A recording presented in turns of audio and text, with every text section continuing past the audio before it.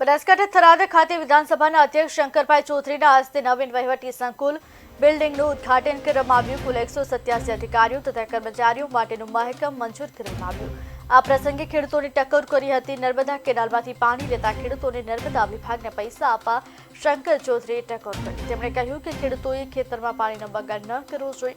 ખેતરોમાં પાણીનો બગાડ થશે તો ખેતર બરબાદ થશે। ખેડૂતોને ટપક પદ્ધતિથી સિંચાઈ કરવા અપીલ કરી।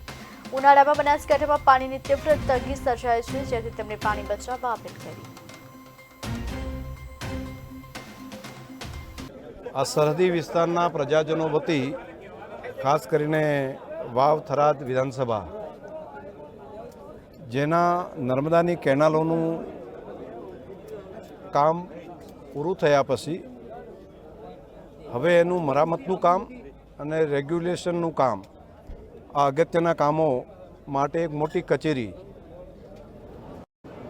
બધા અધિકારીશ્રીઓ અહીંયા રહી શકે એ માટેના ક્વાર્ટર સહિતની વ્યવસ્થા અને તેનું બિલ્ડિંગનું આજે લોકાર્પણ કરવામાં આવ્યું છે। આ વિસ્તારના ખેડૂતો માટે આ કચેરી થવાને કારણે ઘર આંગણે જ એમને જરૂરી નર્મદા બાબતની માહિતી મદદ એ અહીંથી થઈ શકશે। આ માટે હું રાજ્યના મુખ્યમંત્રી શ્રી ભૂપેન્દ્રભાઈ પટેલનો હૃદયપૂર્વક આભાર માનું છું। સાથે સાથે જે માઇનોર સબ માઇનોરમાં કેટલા કામો હતા એની પણ આજે મંજૂરી એમણે આપી છે, તો એમના માટે પણ નર્મદા નિગમ અને માનનીય મુખ્યમંત્રીશ્રીનો આભાર માનીએ। આવતીકાલથી નર્મદાની બ્રાન્ચ કેનાલોમાં પાણી છોડવા માટેનો પણ જે નિર્ણય કર્યો છે એ માટે પણ આ વિસ્તારના ખેડૂતો વતી રાજ્ય સરકાર માનનીય મુખ્યમંત્રીશ્રીનો આભાર અને ધન્યવાદ।